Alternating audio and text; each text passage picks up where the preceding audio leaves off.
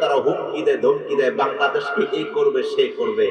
দাদা বাবু, বাংলাদেশের মুসলমানরা শাহজালাল, শাহপরান, শাহ মাকদুম, শাহ খানজাহানি, এই দেশ এখন আর কোন বাবা দাদুদের হাতের ছোঁয়ায় নয়। বাংলাদেশে এখন যারা জীবিত আছে সবাই আল্লাহ তাআলার প্রিয় মুমিন। কথা ঠিক না ঠিক বলে? সুতরাং ভারত থেকে যত চোখ রাঙা আর যত বড় কথা বলো না কেন, বাংলাদেশে আসলে কিন্তু আর জীবিত যাওয়ার সুযোগ থাকবে না। কথা ঠিক না বেটে? আমার দেশে আলু বন্ধ করে দিবে, পেঁয়াজ বন্ধ করে দিবে, হুমকি দেয়। আলু পেঁয়াজ কি ভারত করে না আল্লাহ দেয়? কথা কয় না। আলু পেঁয়াজ কে দেয়? তারা শুধু মুখ দিয়া বলছে, আর হাজার হাজার টন আলু পেঁয়াজ আসা শুরু করছে। এখন ভারতীয় সব দাদাদের পেশার লো হয়ে গেছে। নমনম কি অবস্থা করবে চিন্তা করতে পারছেন না। বিগত ৩-৪ মাস স্বৈরাচারকে স্থান দেওয়ার কারণে, ভিসা সব বন্ধ করার কারণে কলকাতার সকল হসপিটাল গুলো এখন খালি নমস্কার নমস্কার করতেছে। কথা কয়? আরে মিয়া, কলকাতা, ত্রিপুরা, আগরতলা এই অঞ্চলগুলো বাংলাদেশের মুসলমানদের টাকায় চলে। কথা ঠিক না বেটি? তারা আমাদেরকে ধমক দেয়, দিবে না, আমরাও আনবো না, পচাগুলো তোরা খাই। কথা কয়? এগুলো সব পায়েস বানায় খাইও, পাইলে আমরা কিছু মুসলমান তোমাদেরকে দেব। আপনারা কি দুর্বল হন তাদের কথা? আমার আপনার রবকে, আমার আপনার খালেককে, আমার আপনার রাজ্জাককে। সুতরাং বাংলাদেশের বীর মুসলিম তাওহীদি জনতা কখনো রিজিকের ব্যাপারে কোন ব্যক্তিকে মাধ্যম ধরবেন না, তাহলে আমার আপনার ঈমান আমল সব বরবাদ হয়ে যাবে। কথা ঠিক না ঠিক? তাগুত আর বাতিল নেতাদের 17 বছর ডাকার কারণে এখন আমি আপনি সে আসক্ত হয়ে আছি। নবীজির মুহাব্বত বুঝি না, আল্লাহর মুহাব্বত বুঝি না। কথা ঠিক না বেটি? আমার কথার সাথে একমত আছেন তো না নাই? আছেন? তাহলে নবীজিকে মানা আমার আপনার জন্য কি মুস্তাহাব না ফরজ? বাকি সবাই বলতেন ইসলামের জন্য জীবন দেওয়া ফরজ, নেতার জন্য জীবন দেওয়া ফরজ। নবীর জন্য খালি তবারুক আর মিষ্টি নিয়ে কিলাকিলি করুন ফরজ। এই শর্তে একমত হয়েছেন না? সম্মানিত সুধী, আমি কোরআন আল কারীমের সূরা মায়েদা 55 এবং 56 নং আয়াতে কারিমা তেলাওয়াত করেছি আপনাদের সম্মুখে। এই আয়াতে কারিমাটার বিষয়বস্তু হলো আল্লাহর জন্য, আল্লাহর খুশির জন্য, আল্লাহর সন্তুষ্টির জন্য এক মুমিন অপর মুমিনকে ভালোবাসা। আল্লাহ এবং আল্লাহর রাসূলকে সবচেয়ে বেশি ভালোবাসার মাধ্যমে রেখে একজন আরেকজনকে ভালোবাসবে, এক মুসলমান আরেক মুসলমানকে ভালোবাসবে। বর্তমানে আমাদের পৃথিবীতে, আমাদের পরিবেশে মুসলমান এবং মুসলমানের হৃদ্যতা, ভালোবাসা কম না বেশি? বেশি। বরং মুসলমানের বিধর্মীর ভালোবাসা বেশি। কথা ঠিক না বেটি?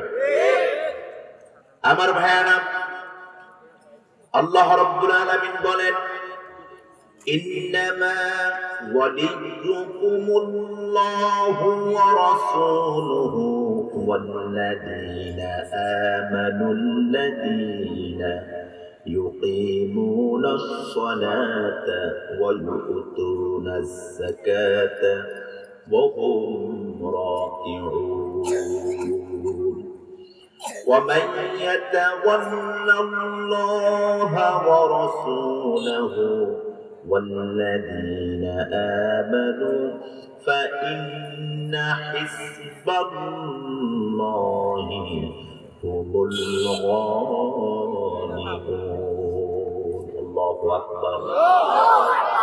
الله رب العالمين বলেন, ইন্নামা ওয়ালিয়্যুকুমুল্লাহু ওয়া রাসূলুহু, তোমাদের মুমিনদের সবচাইতে প্রিয় বন্ধু তো আল্লাহ এবং রাসূল।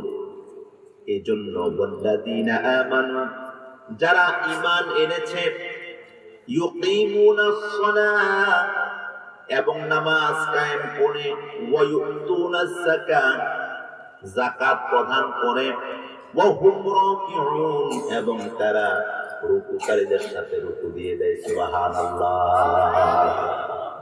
আমরা, আল্লাহ আমার আপনার অভিভাবক। মুমিন ইমানদারের সবচেয়ে প্রিয় বন্ধু কে? আল্লাহর নামটা আস্তে নিবেন না, আল্লাহর রাস্তা একটু জোরে উচ্চ আওয়াজে, কারণ এই যে কণ্ঠটা, এই যে জিহ্বাটা, এই যে কণ্ঠস্বরটা, এটার মালিক কে? অথচ আমি আপনি কত হারাম শব্দ প্রয়োগ করি এই কণ্ঠ দিয়ে, অথচ এই কণ্ঠটা যদি আমার আপনার না থাকতো, আমাকে আপনাকে কেউ সুস্থ বলতো না, বোবা বলতো। ঠিক নয় কি?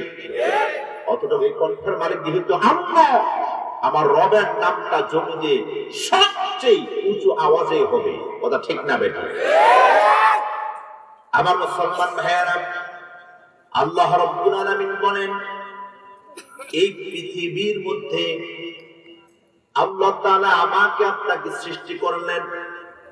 শুধু নরমাল সৃষ্টি নয়, অতি দামি সৃষ্টি, মর্যাদার সৃষ্টি, সম্মানিত সৃষ্টি।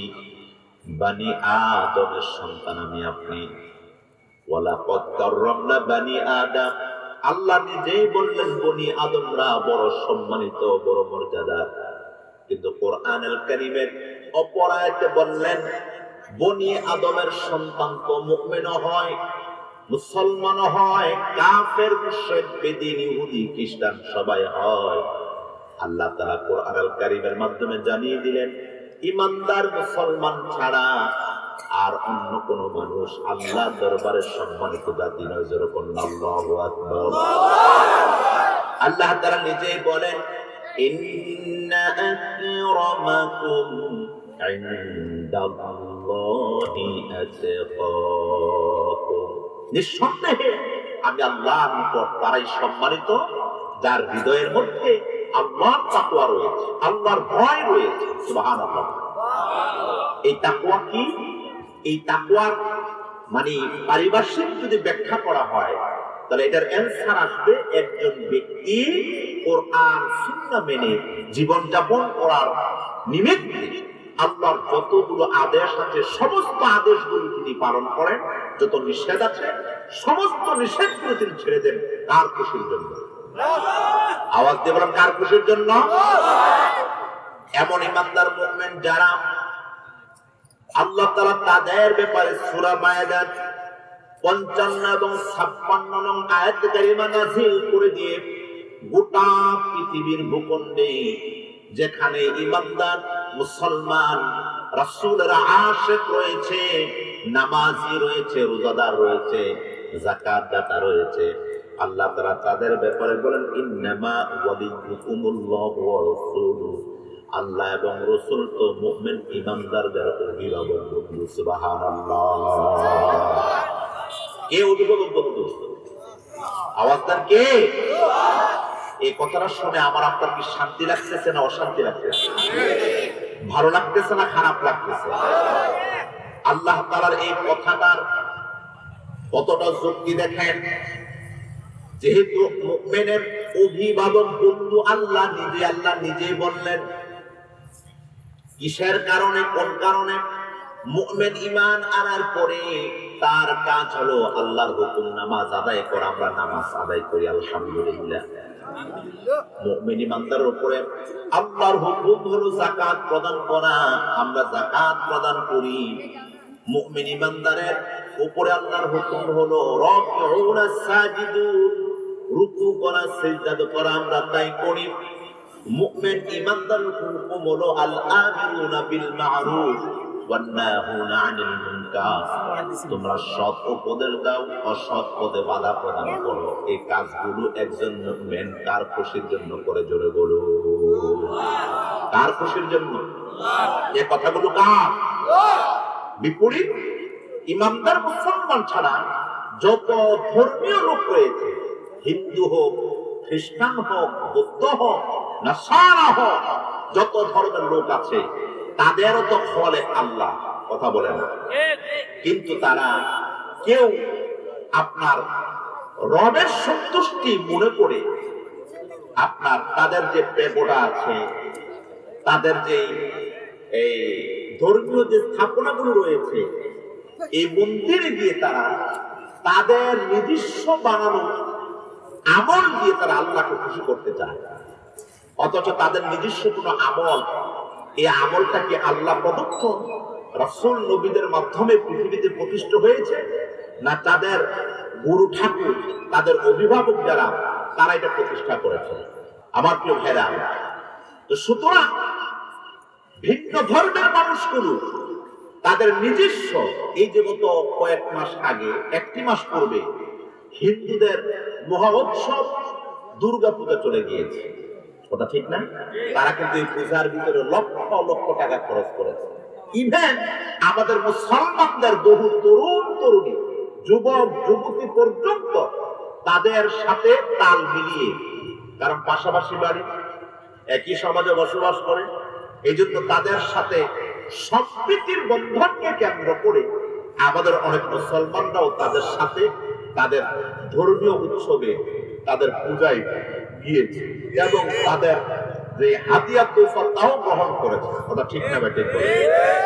হাদিয়া তোফা গ্রহণ শুধু নয়, বরঞ্চ এই ধরনের মুসলমান ইমানদার যারা দাবি করে, তারা আমার আপনার ধর্মের লোক হওয়ার পরেও বরঞ্চ দেখা যায় যে তাদের মাধ্যমে ইসলাম ধর্ম কোন কারণে গায়েল হয়, কটূক্তি দ্বারা কটূক্তির শিকার হয়, ব্যঙ্গাত্মের শিকার হয়, আমাদের ওই ধরনের ইমানদার মুসলমানরা একটু ঘুষ হাসো করে না, ঘুষ হাসো করে না, মানে মনে হয় উনি ভাজা মাছটা উল্টিয়ে খেতে পারেন না, এমন একটা অবস্থা থাকে না, এমন লোক আছে না? নাই।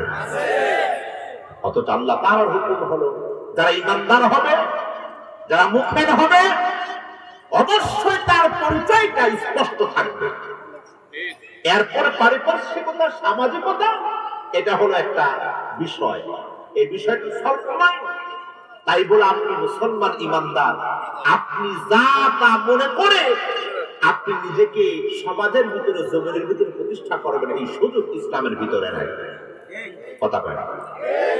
আল্লাহ রাব্বুল আলামিন সূরা বাকারার 208 নং আয়াতে কারিমার মাঝে স্পষ্ট বলে দিলেন, ইয়া আইয়ুহাল্লাযীনা আমানু দুখুলু ফিস সিলমি কাফা ওয়া লা তাত্তাবিউ খুতুওয়াতিশ শাইতান ইন্নাহু লাকুম আদুউম মুবিন। কথাগুলো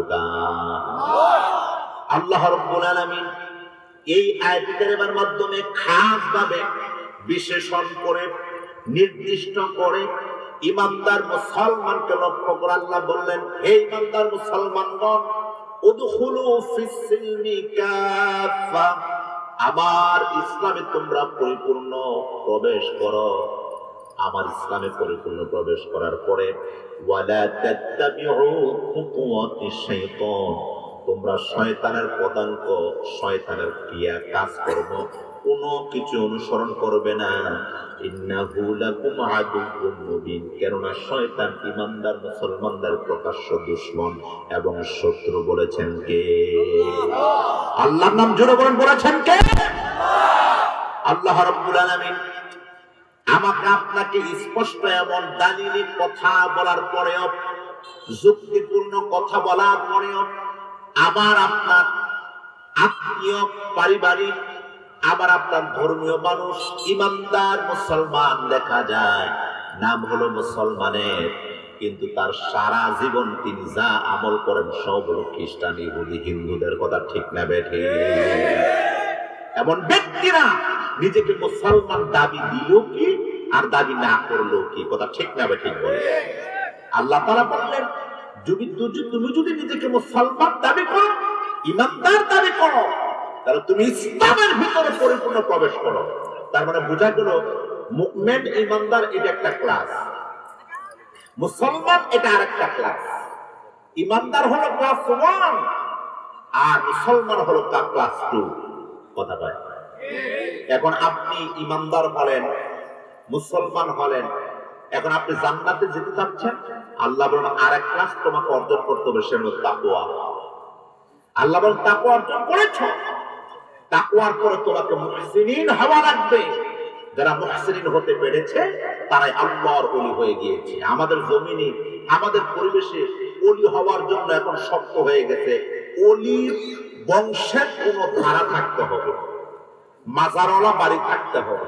কথা কয় অথচ ইসলাম শরীয়তের মধ্যে এমন কোন শর্ত নাই। যার ঈমান আছে, যার ঈমানের মধ্যে কোনো শিরক নাই, বিদআত নাই, যে আল্লাহর জন্য জীবন দিতে পারে, রাসূলের জন্য জীবন দিতে পারে, ওই ব্যক্তি হলো আল্লাহর ওলি। সুবহানাল্লাহ বলো মুসলমান। তাহলে একজন ব্যক্তি, আপনি যদি মুসলমান পৈতৃক সূত্রে পেয়ে থাকেন, আপনার মা, আপনার বাবা, আপনার দাদা, আপনার নানা সবাই মুসলমান, কিন্তু আপনি এখন ট্রেডিশনাল মুসলমান, আপনি অর্ধেক মাঝে মধ্যে জুমার দিন যে একটু সেজদা দিয়ে, রমজান মাসে কিছু রোজা রাখা, মাঝে মধ্যে একটু টুপি দাড়ি পাঞ্জাবি লাগাইয়া সবার সম্মুখে চললেন, কিন্তু আপনার হৃদয়টা, আপনার সম্পর্কটা হলো বিধর্মীর সাথে, ইহুদি খ্রিস্টানদের সাথে। এখন আপনার ব্যাপারে শরীয়ত, কোরআন এবং সুন্নাহ কি বলে, এই আলোচনা কোরআনে আছে না নাই? কথা বলেন আছে না নাই? তাদের ব্যাপারে আল্লাহ স্পষ্ট বলে দিয়েছেন, যারা নিজেকে মুসলমান দাবি করে আবার বিধর্মীদের আদর্শ দাবি করে, তাদের নাম হলো মুনাফিক। কথা বলেন, তাদের নাম কি? কে বলেছেন এই কথা? মুনাফিকদের কাজ কি? তার বাহ্যিক স্বরূপ থাকবে ইমানদার মুসলমানের, কিন্তু তার হৃদয়ের মধ্যে থাকবে কুফর, তার হৃদয়ের মধ্যে থাকবে আল্লাহকে অস্বীকার করা, আল্লাহর দাসত্ব, আল্লাহর গোলামি, আল্লাহর উলুহিয়্যা, আল্লাহর রুবুবিয়্যাতকে অসম্মান করা।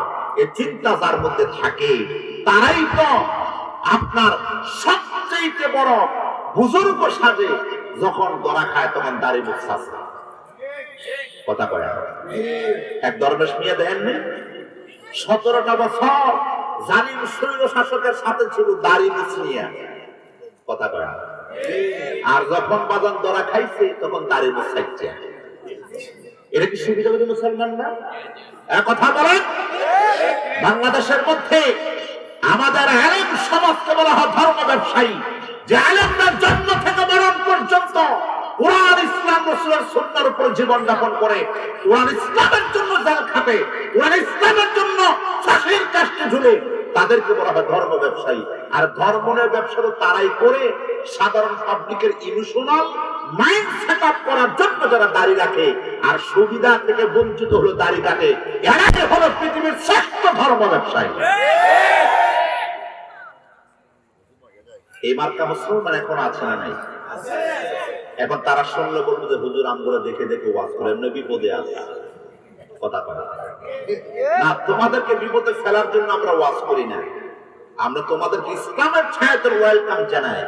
পৃথিবীর মধ্যে যত জেগে ওঠা যত দলীয় আকর্ষণ আছে সব ছাড়ো, একমাত্র আল্লাহ তাআলাকে রব এবং ভালোবাসার পাত্র বানিয়ে দাও।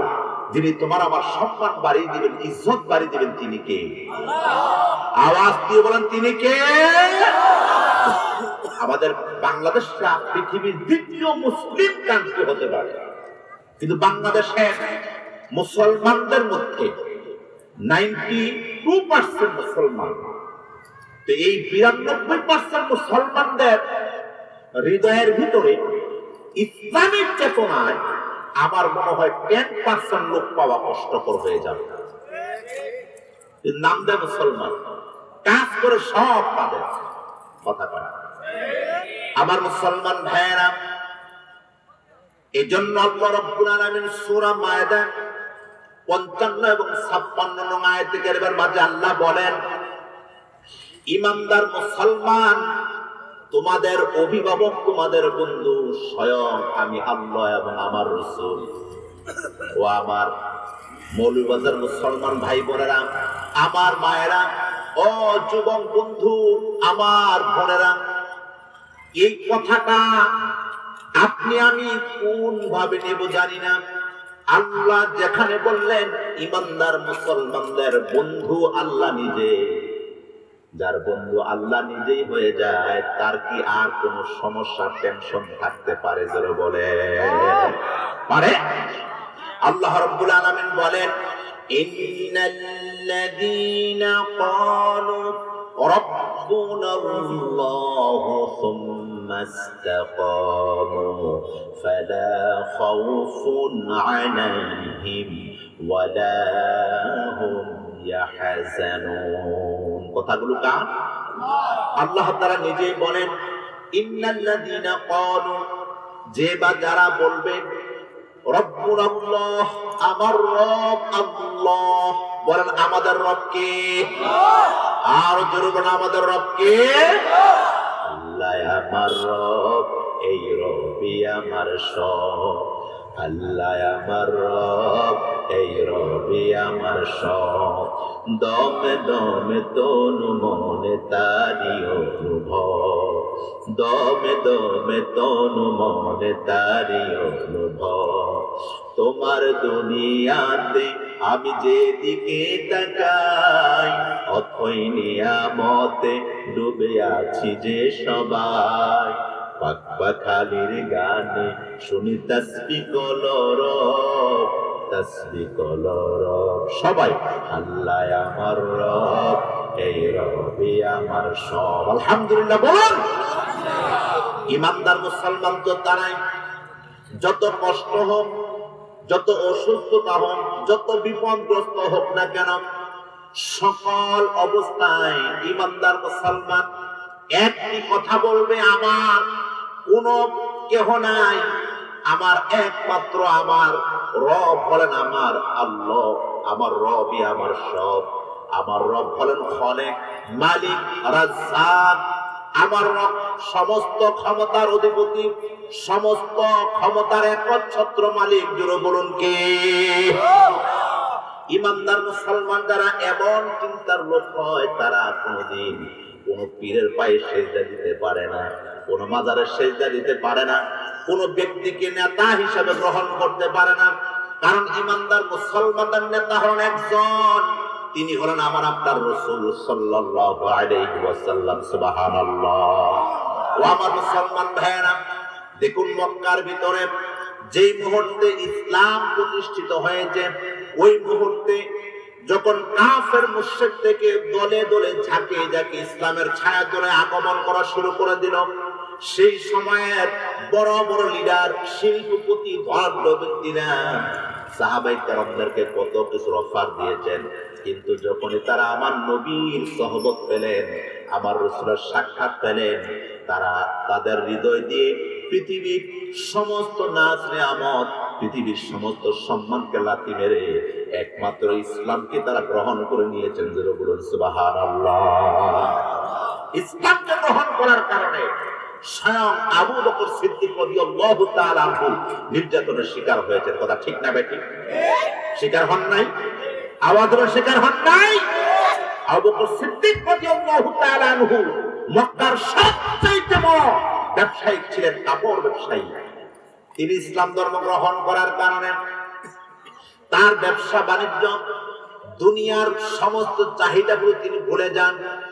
যখন আবু বকর সিদ্দিক রাদিয়াল্লাহু তাআলা আনহু দুনিয়ার সমস্ত চাহিদা মুক্ত হয়ে যান, ওই মুহূর্তে তার একজন বন্ধু ছিল কালাদা ইবনে উসাইদ।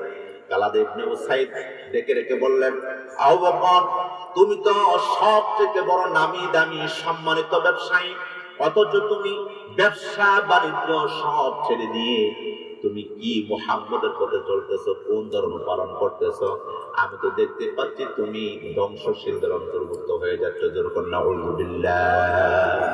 কালাদা ইবনে উসাইদের এই কথা শুনে আবু বকর সিদ্দিক রাদিয়াল্লাহু তাআলা আনহু মনটা একটু মলিন হয়ে গেল। তিনি মনে মনে যদিও কিছুটা কথা চিন্তা আসাটাই স্বাভাবিক, কিন্তু যখন আল্লাহ রাসূল সাল্লাল্লাহু আলাইহি ওয়াসাল্লামের নিকট আসলেন, রাসূলুল্লাহ সাল্লাল্লাহু আলাইহি ওয়াসাল্লাম ডেকে বললেন, আবু বকর, তুমি আসার পূর্বে আমার নিকট আল্লাহ তাআলা জিবরাইল আলাইহিস সালাতু ওয়াস সালামের মাধ্যমে সূরাতুল আসর নাযিল করে দিলেন। সূরা আসর নাযিল করে দিয়ে বললেন, হে আমার রাসূল, আপনি আবু বকরকে বলবেন, আবু বকর, তুমি ইসলাম ধর্ম গ্রহণ করার কারণে তুমি ধ্বংসশীল হও নাই, বরঞ্চ তোমার মর্যাদা বেড়ে গিয়েছে, সম্মান বেড়ে গিয়েছে।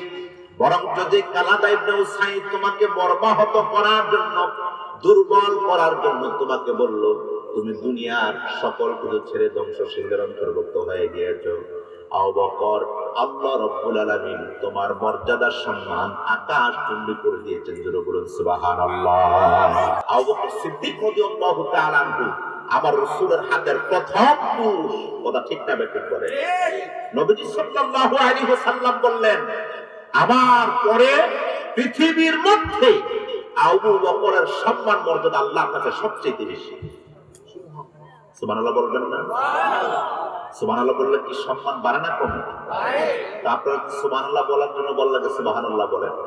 সিলেটের মানুষ তো শাহাদাতের উত্তর সরি, কথা কয় না।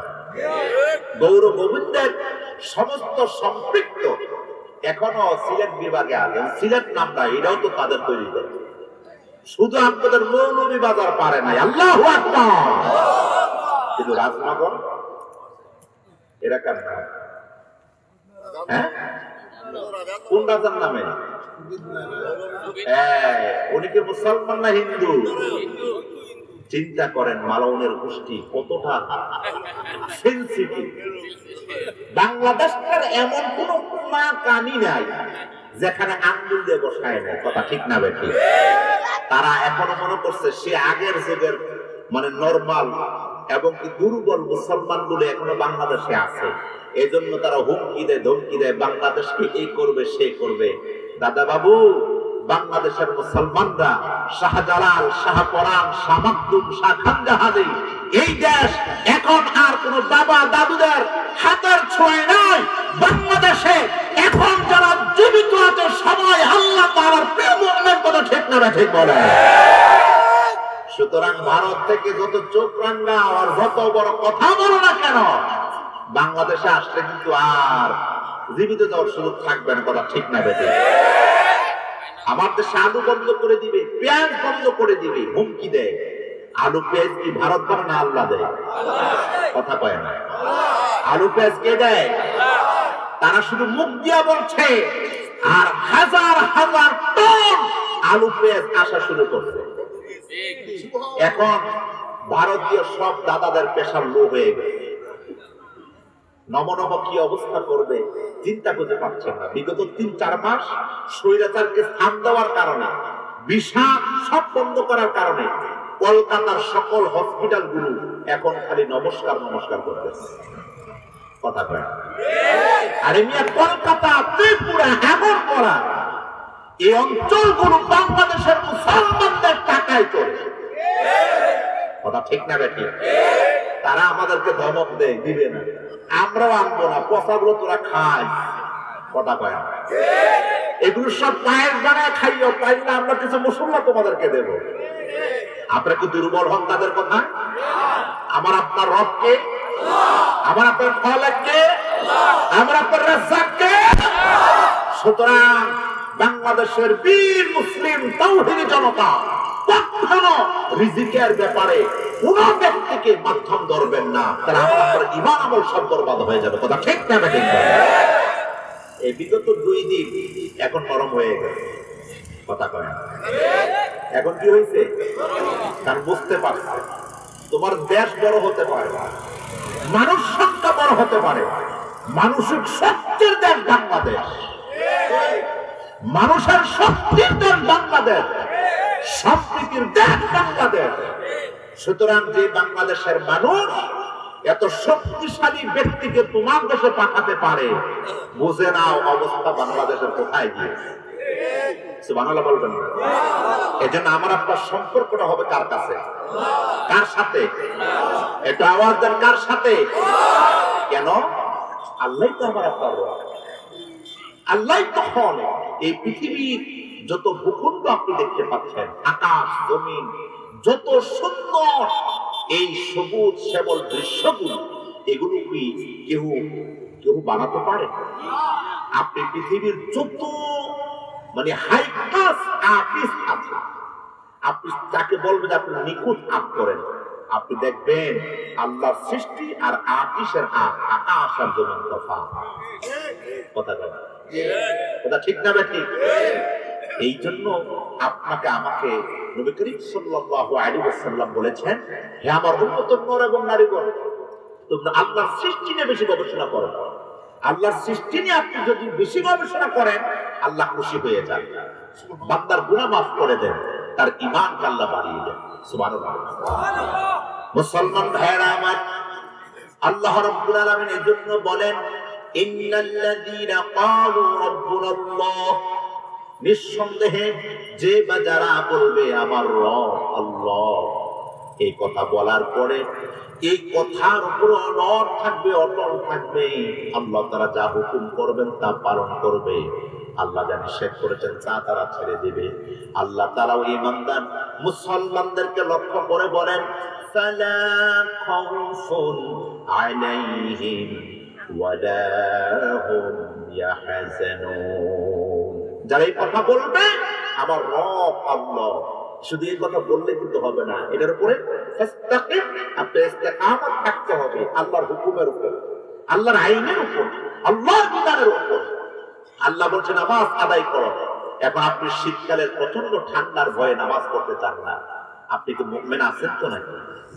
কথা কয়, কারণ মুমিনের বৈশিষ্ট্যের প্রথম বৈশিষ্ট্য হলো সালাত আদায় করা।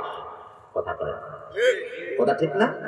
অনেকে বলে হুজুর আমি তো মিথ্যা কথা বলি না, আমি তো বাবা মাকে খুব সম্মান করি, শ্রদ্ধা করি, ভালোবাসি, আমি তো প্রতিবেশীর হক আদায় করি, এই তো মাঝে মাঝে একটু নামাজ একটু কম ঘাটতি আছে, আমার কি ঈমান চলে গেছে? কথা কয়। নবীজি সাল্লাল্লাহু আলাইহি ওয়াসাল্লাম বলেন, বাইনাল আবদি ওয়া বাইনাল কুফরি তারকুস সালাহ। আল্লাহর বান্দা এবং কাফেরের মধ্যে পরিচয়ের জায়গার মধ্যে যেটা হলো ডিসটেন্স, সেটাই হলো নামাজ তরক করা। কাফের নামাজ পড়ো না, তুমি নামাজ পড়ো না, তুমি মুসলমান হতে পারলা। কথা ঠিক না বেটি? এই জন্য আমাকে আপনাকে ফাস্তাকিমু, আল্লাহ বলতেছেন ইস্তিকামত করবা আল্লাহর হুকুমের উপরে, আল্লাহর আইন বিধানের উপরে। যদি তোমরা করতে পারো, ফালা খাউফুন আলাইহিম ওয়ালা হুম ইয়াহজানুন। আল্লাহ তাআলা দুনিয়ার মধ্যে আখিরাতের মধ্যে তোমার কোনো ভয় থাকবে না, তোমার কোনো চিন্তা টেনশনও থাকবে না। জোরে বলুন সুবহানাল্লাহ। এই ভয়, এই টেনশনটা কি? যেমন আমি আপনি যখন কেউ টাকা পয়সা কমে যায়, একটু টাকা পয়সার ব্যাপারে একটু টেনশন আসে, আরে টাকা কমে গেল, একটা সমস্যা আসলে আমার কি অবস্থা হবে, টাকা পাবো কোথায়? কথা পায় না, ঠিক না ঠিক? আপনি টেনশন আসে যে হারে কয়েকদিন পরে আমার ছেলেটার পরীক্ষা, আমার মেয়েটাও তার স্বামীর বাড়িতে যাবে, অথবা আমার বাড়িতে অন্যকে আসবে, আমার তো টাকা পয়সা নাই, আমার তো ব্যবস্থাপনার কোনো সুযোগ নাই।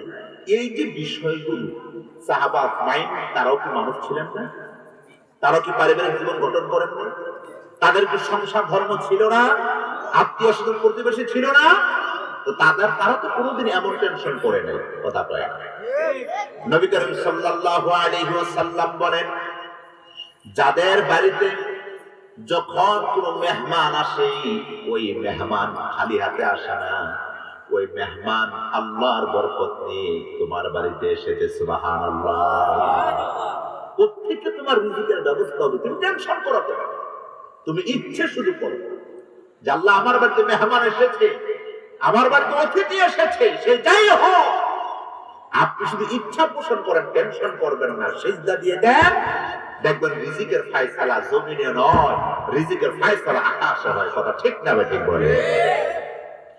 এজন্য মুসলমান ভাইয়েরা আমার, আল্লাহ রাব্বুল আলামিন ঈমানদার মুসলমানদেরকে আশ্বস্ত করছেন, ইন্নামা ওয়ালিয়্যুকুমুল্লাহু ওয়া রাসূলুহু ওয়াল্লাযীনা আমানুল্লাযীনা ইউকীমুনাস সালাহ ওয়া ইউতুনাস যাকাতা ওয়া হুম রাকিউন। সুবহানাল্লাহ বলুন।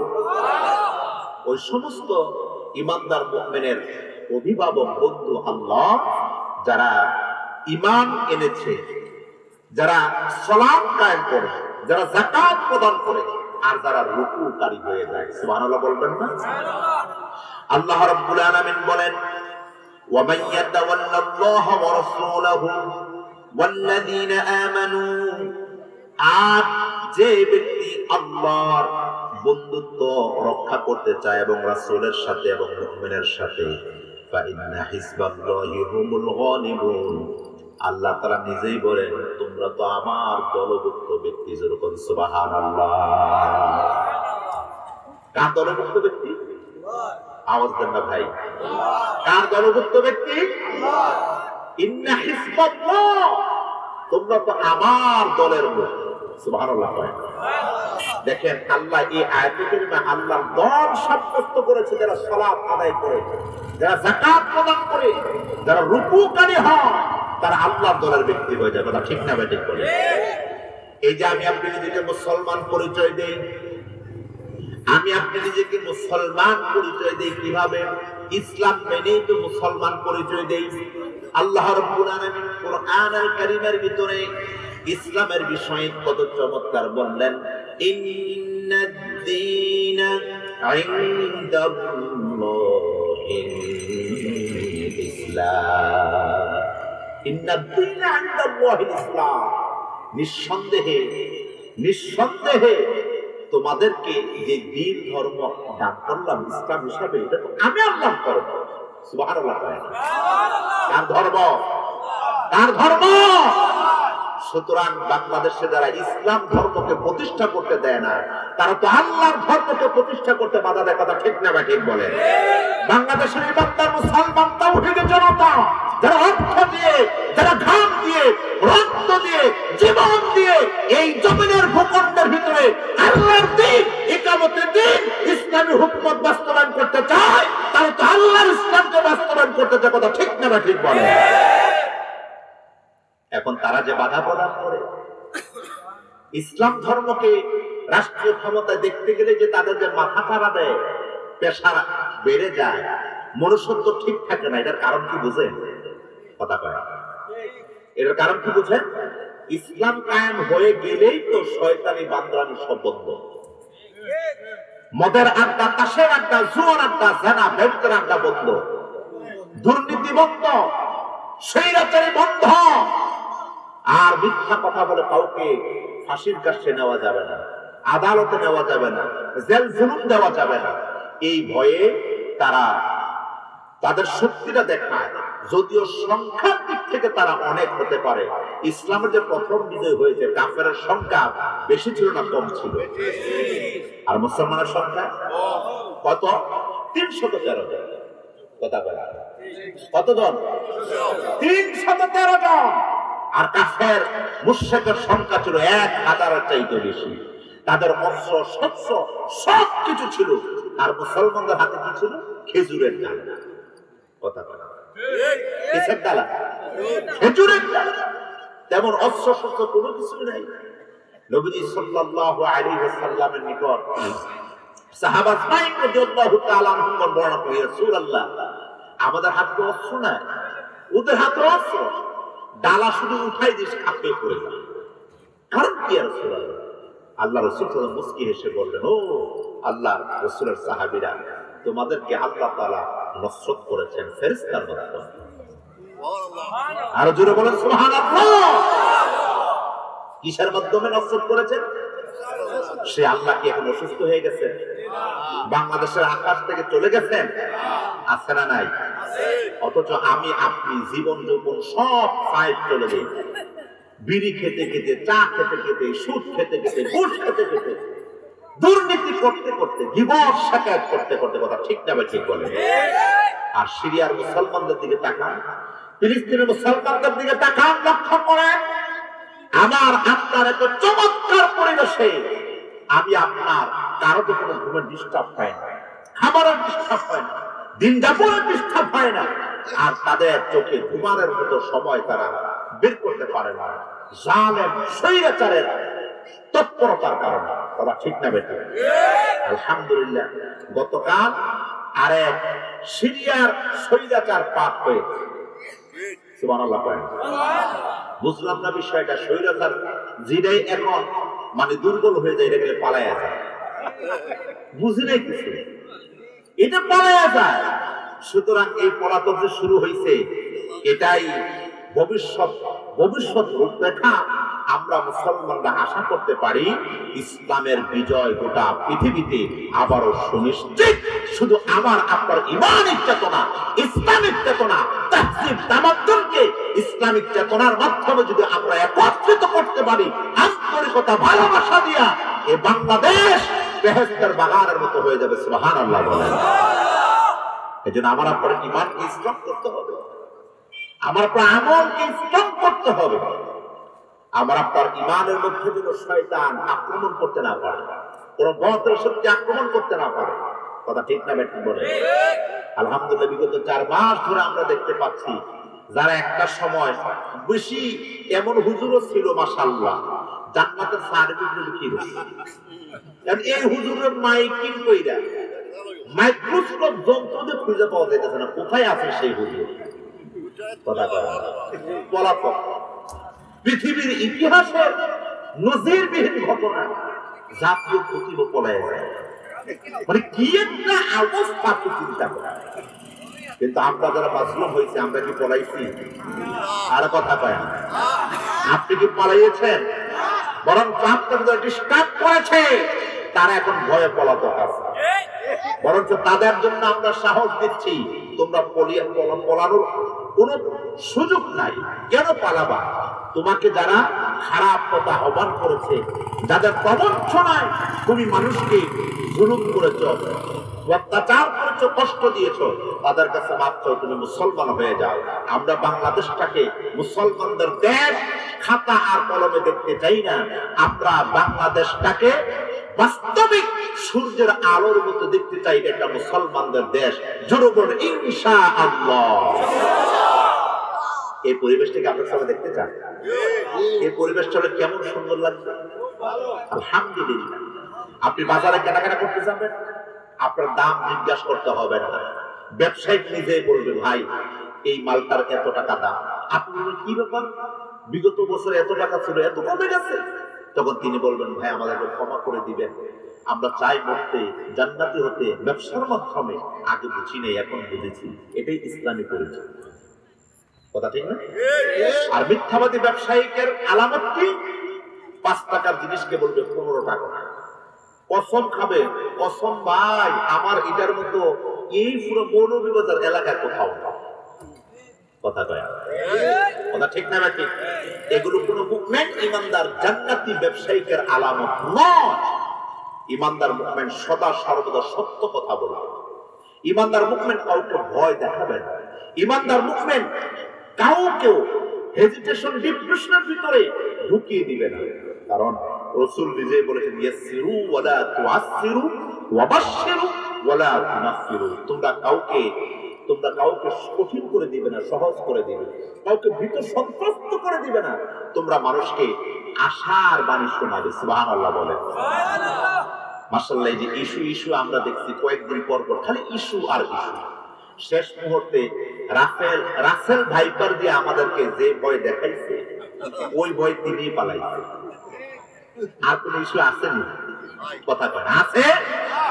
এখন যদি আপনারা চান এই পরিবেশটা আরো আপডেট হোক, সুন্দর হোক, তাহলে আপনাকে নিজেকে নিজে সুন্দর বানাতে হবে, আপনাকে নিজেকে নিজে আদর্শবান বানাতে হবে, আপনাকে নিজেকে নিজে সত্যবাদী বানাতে হবে। আর কেন বানাবেন না?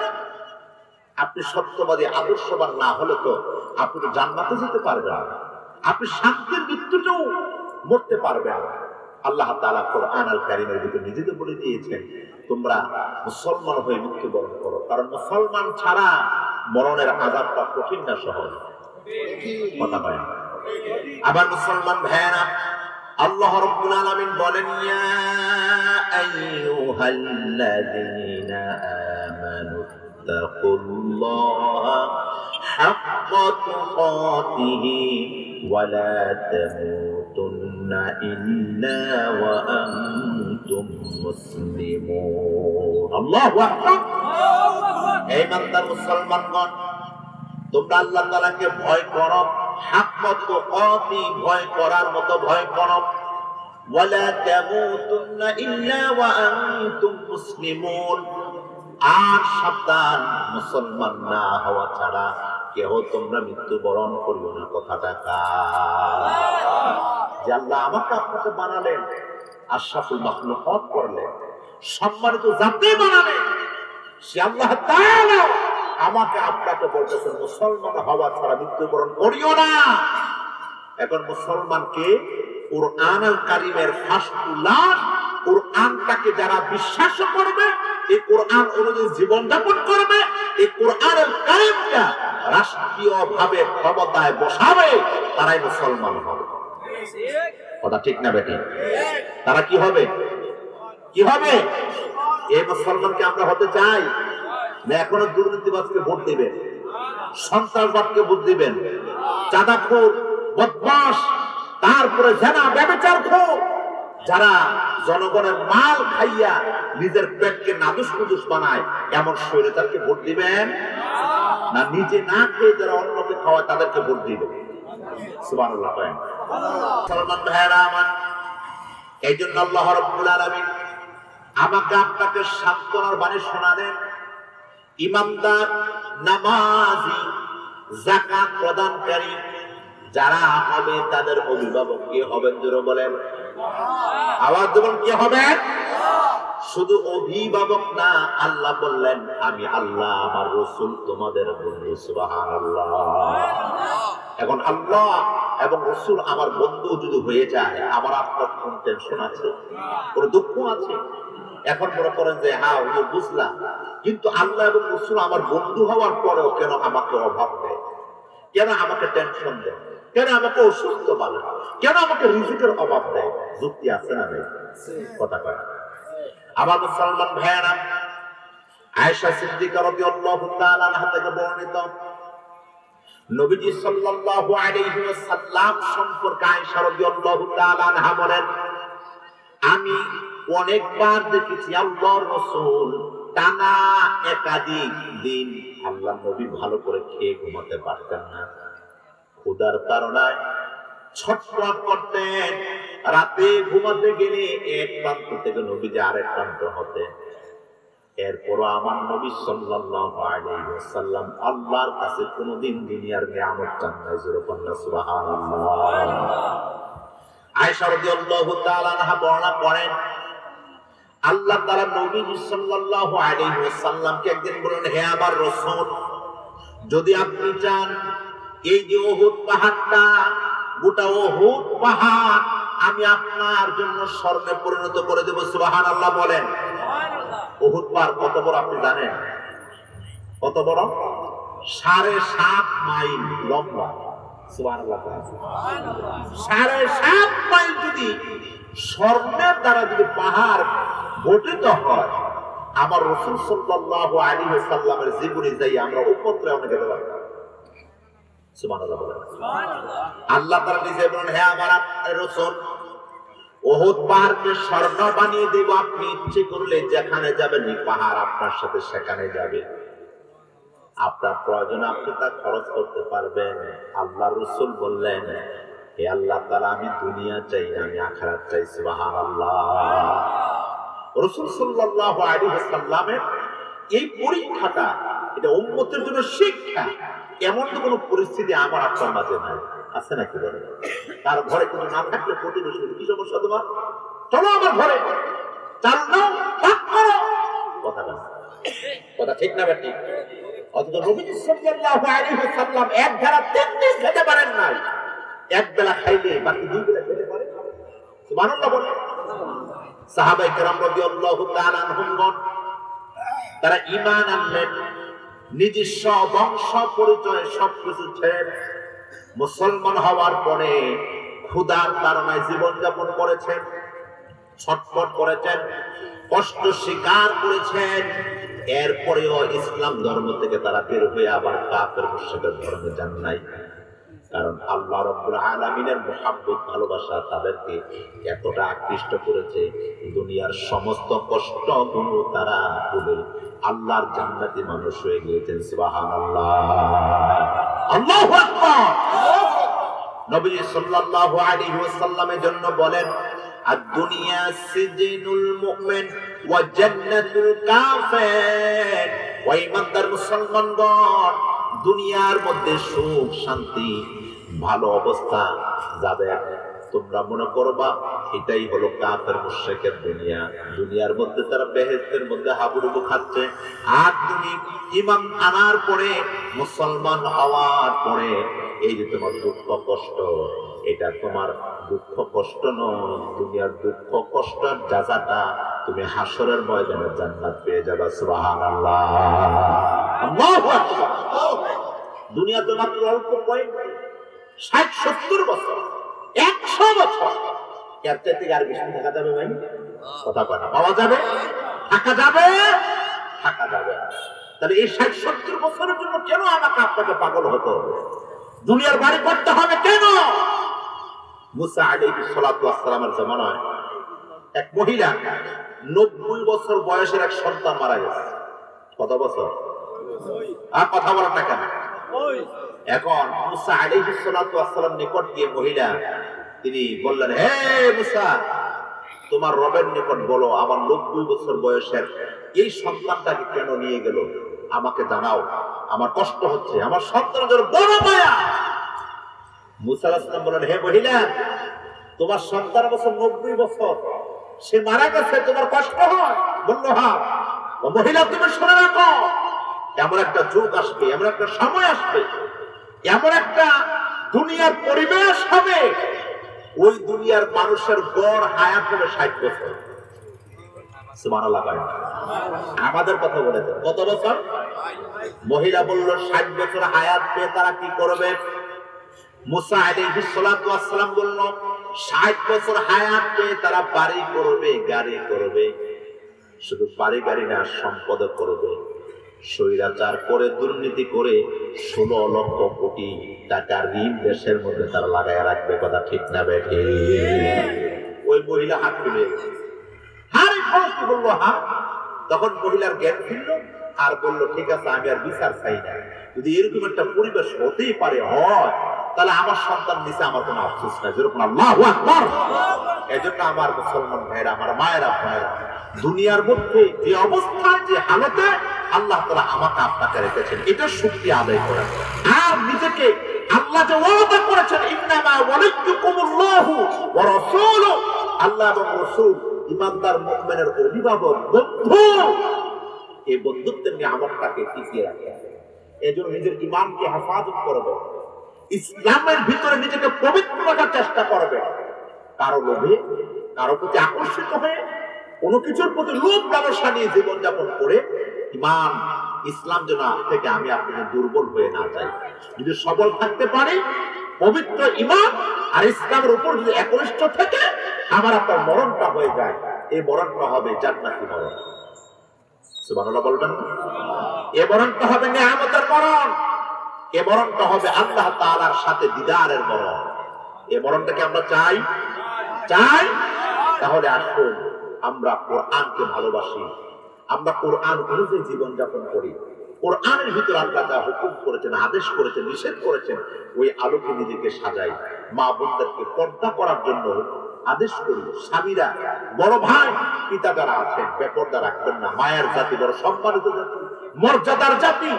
এই জাতিকে যত আপনি কোরআন এবং সুন্নাহর আলোকে আপনি ঢেকে রাখতে পারবেন, ওই জাতি থেকে তত বেশি শাহজালাল জন্ম নেবে ইনশাআল্লাহ, শাহপরান জন্ম নেবে, শামাকদুম জন্ম নেবে, আল্লামা সাইদি জন্ম নেবে, মুফতি আমিন জন্ম নেবে, শাইখুল হাদিস জন্ম নেবে। কথা ঠিক না ঠিক বলে? এইজন্য আমাদের সবাইকে শুধু দাড়ি টুপি আর মুখে আগে পিছনে মৌলবী, মোল্লা, চৌধুরী, আব্দুর রহিম এই নাম দিয়ে কাজ নাই। আমার আপনার আদর্শটাকে সাজাতে হবে, আমার আপনার কালচারটাকে চেঞ্জ করতে হবে। তাহলে দেখবেন আমার আপনার পরিবেশ, আমার আপনার দেশ, আমার আপনার সিচুয়েশনের ভিতরে আল্লাহর শান্তি, আল্লাহর রহমত চলে এসেছে। আল্লাহ তাআলা আমাদের সবাইকে কথাগুলো মানার, বুঝার তৌফিক দান করুন। জোরে বলি আমিন।